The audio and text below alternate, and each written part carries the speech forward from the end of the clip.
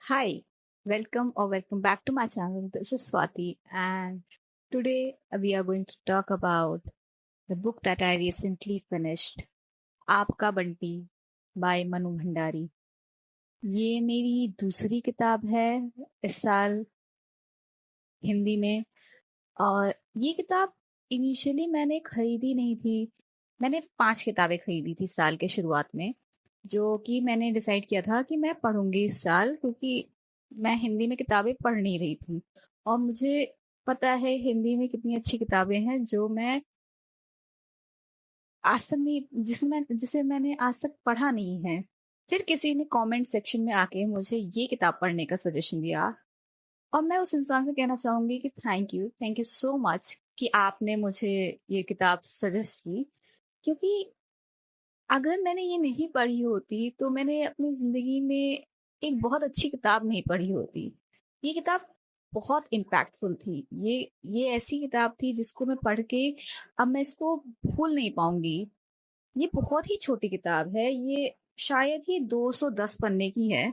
इस कहानी को पढ़ के ऐसा लगा कि जैसे कि मैं इस दुनिया में बस गई हूँ. भले ही ये काल्पनिक कहानी है, लेकिन ये कहीं ना कहीं इस समाज को आईना दिखाती है. ये किताब उस दर्द को शब्द देती है जो अक्सर अनकहा रह जाता है, जो बच्चों को महसूस होता है और वो कभी कह नहीं पाते. तो ये कहानी है बंटी की, और ये बंटी के ही पर्सपेक्टिव से, नजरिए से बताई गई है मोस्टली. और कहीं कहीं बंटी की माँ शकुन के दृष्टिकोण से भी बताई गई है. बंटी पिछले 7 साल से अकेले अपनी माँ के साथ रहता है. उसके माता पिता साथ नहीं रहते, और उसने कभी इस बात को क्वेश्चन नहीं किया कि क्यों नहीं रहते. वो सिर्फ अपने माँ की लाड़ में और अपने पिता से खिलौने पाके थोड़ा साल में एक बार मिलके खुश हो जाता था.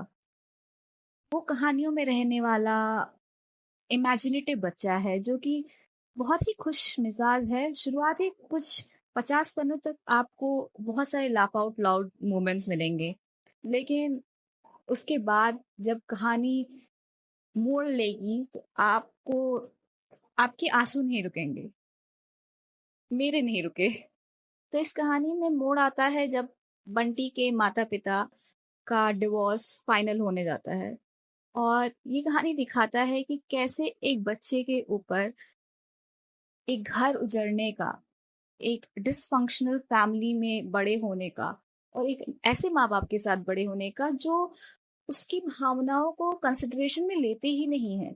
वो उसको अपने डिसीजंस में शामिल नहीं करते. वो बस उसे सोचते हैं कि अगर हम डिसीजन ले रहे हैं तो वो उसके साथ ही आगे बढ़ता चला जाए, जो कि नहीं होना चाहिए.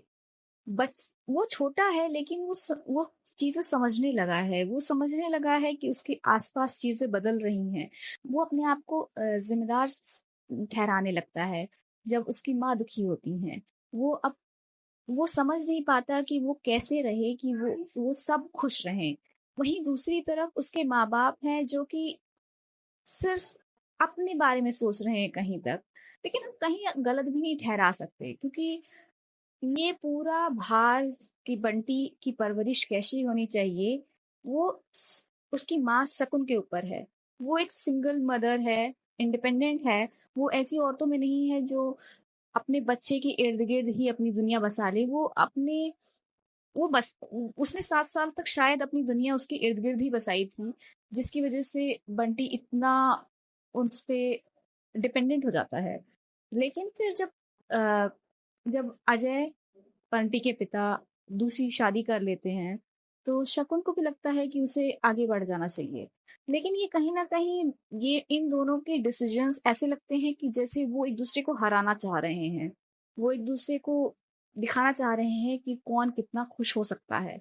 और इस पूरे लड़ाई में वो ये भूल जाते हैं कि बंटी खुश है कि नहीं.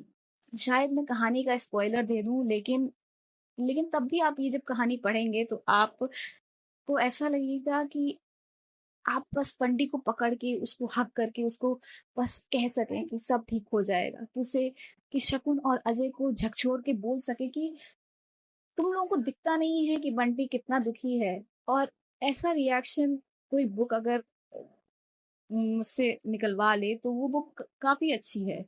ये कहानी उस दशक में लिखी गई थी जब ज़माना कुछ और था। ये 1971 में आई थिंक पब्लिश हुई थी, लेकिन मुझे लगता है कि जो सामाजिक द्वंद है इसमें, वो अभी भी कायम है। अभी भी ऐसी चीज़ें होती हैं, ऐसे बच्चे पलते हैं जो जिनकी आवाज़ कहीं दबी चली जाती है।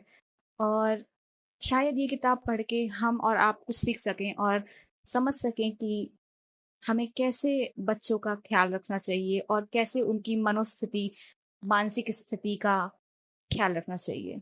तो मैं बस इतना ही कहना चाहूँगी कि अगर आप कोई ऐसी कहानी पढ़ना चाह रहे हैं जो दिल को छू जाए, जो आपको में सोचने पे मजबूर कर दे, तो ये किताब ज़रूर पढ़िए। छोटी किताब है पर इसका असर इतना गहरा है कि पढ़ने के बाद बंटी आपके दिल में कहीं बस जाएगा। और पढ़ के ज़रूर बताइएगा कि आपको कैसी लगी, क्योंकि मुझे तो काफ़ी अच्छी लगी और मैं इसको सबको रिकमेंड करना चाहूँगी। तो आज का वीडियो बस इतना ही और मैं आपसे फिर मिलूँगी अगली किताब के साथ। तब तक के लिए बाय, नमस्ते।